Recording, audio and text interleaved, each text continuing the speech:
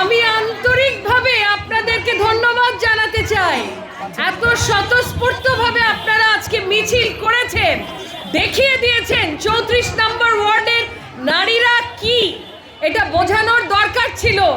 আসলে এখন তো অনেকেই আমাদের কাজ করতে দিতে চায় না, চায় চার দেয়ালের মধ্যে আমাদেরকে বন্দি করে রাখতে, আরো কত কিছু চায়।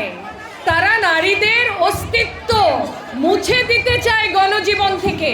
আমরা কি মুছে যেতে দেব? দেব আমরা মুছে যেতে? আজকে আপনারা এটাই প্রমাণ করলেন যে আমরা মুছে যেতে দেব না।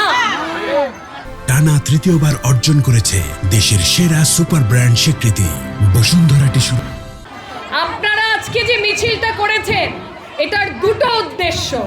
একটা হচ্ছে আপনাদের প্রার্থী ববি হাজাজ, ওনার প্রতি আপনাদের সমর্থন জানিয়েছেন, বাংলাদেশের সবাইকে জানিয়েছেন। উনি শুধু নারী মর্যাদা, নারী নিরাপত্তা এসবের কথা বলে না, উনি কাজে দেখায় কি না। আজকের মিছিলের আরেকটা উদ্দেশ্য, এবং সেই উদ্দেশ্যটা হচ্ছে প্রতিবাদ। নারী হিসেবে আমরা প্রতিবাদ করব। কেউ যদি আমাদের অস্তিত্ব মুছে দিতে চায়, করব কি করব না?